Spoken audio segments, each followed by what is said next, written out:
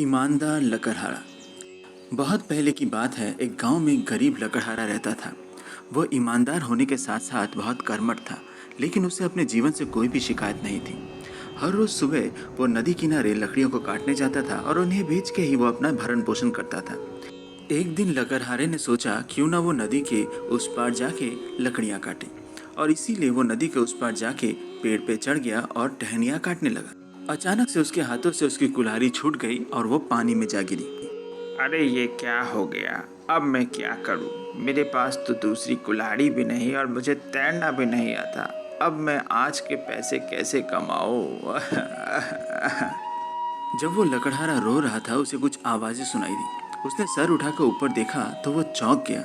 उसके सामने एक सुंदर सी परी खड़ी थी, जिसने चमकदार गुलाबी रंग की पोशाक पहनी थी। लकड़हारा उसे देख के घबरा गया, लेकिन परी ने फिर उसे कहा, अरे आप घबराइए नहीं, मैं एक परी हूँ जो इसी नदी में रहती हूँ।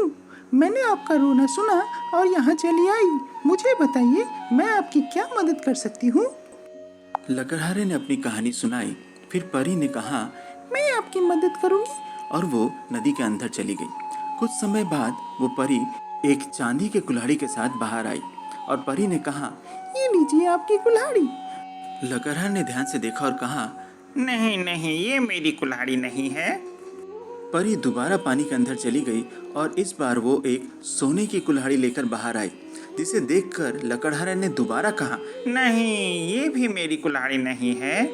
तीसरी बार परी जब पानी के अंदर गई तो वो साधारण लोहे की कुल्हाड़ी लेकर बाहर आई। जैसे ही लकड़हारे ने उसे देखा तो वो खुशी से फूला नहीं समाया और उसने कहा, हाँ, यही मेरी कुल्हाड़ी है। धन्यवाद परी, मेरी कुल्हाड़ी खोजने के लिए। परी ने कहा, हे लकड़हारे, तुम बहुत ही ईमानदार हो, इसीलिए मैं तुम्हारी सच्चाई से खुश होकर तुम्हें सोने और चांदी की कुल्हाड़ी इनाम के तौर पे दे रही हूँ। लकड़हारा बहुत ही खुश था। उसने परी को धन्यवाद दिया और अपने काम पे लग गया। उस दिन वो घर तो लौटा, लेकिन अमीर बन के। शिक्षा: ईमानदारी सदा इनाम की हकदार है।